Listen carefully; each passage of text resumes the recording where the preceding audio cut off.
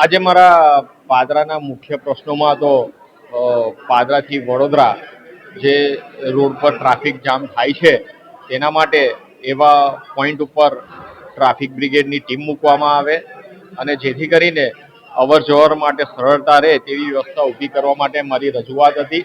એની સાથે જ western bypass કે જે ઘણા વર્ષોથી સમેલા પોઈન્ટથી અટકેલો છે તેનું તાત્કાલિક જમીન સંપાદન થઈ જાય અને ત્યાં તાત્કાલિક રોડ બનાવવામાં આવે જેથી કરીને પાદરા વડોદરા વચ્ચે જે ટ્રાફિક જામ થાય છે તેને સરળ કરવામાં પણ ખૂબ જ મદદ મળી રહે છે તેમ છે.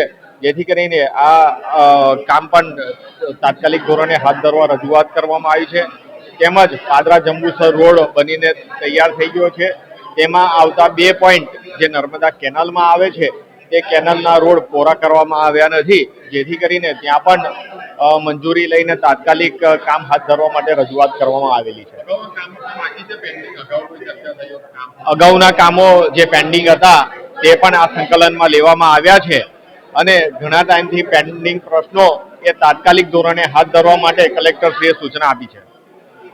મારા જે જૂના પ્રશ્નો હતા જે ગઈ મિટિંગમાં હું બહાર જવાને કારણે નથી આવી શક્યો તો એ મુદ્દા ઉપર આજે ચર્ચા હતી. અમારે એક કરજણ નગરનો એક ઇસ્યુ હતો કે ગેસ પાઇપલાઇન જે ઘરેલું ગેસ પાઇપલાઇનના જે ઘણા વખતથી ખાતમુહૂર્ત કર્યું અને એનું કામ ચાલુ ન થયું હોવાને કારણે કેટલાય વખતે આ પ્રશ્નો અમારે ઉપસ્થિત કરવો પડે છે. એટલે આ લગભગ પરમ દિવસે જ ગેસ કંપનીવાળાને એ લોકો ત્યાં કરજણ વિઝિટમાં આવ્યા અને ચીફ ઓફિસરે મિટિંગમાં જણાવ્યું કે એ લોકો કહીને ગયા વહેલી તકે કામગીરી ચાલુ થાય એ રીતેની એમની તૈયારી બતાવી છે. લગભગ 10,000 મકાનો એવા છે તેને ગેસ પાઇપલાઇન આપણે મળશે.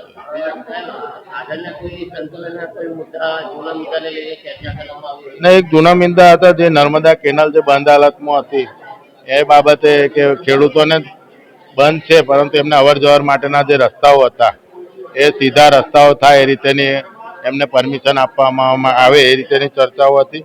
બીજી અમારે રેલવે ફાટકો જે 2 એના કારણે સાદલી અને વેમાર ખાતે જે સાંકડી રેલવે ફાટકો છે એને પહોળી કરવા માટેની ચર્ચા હતી અને એ પણ જોઈન્ટ વિઝિટ કરી અને લોકો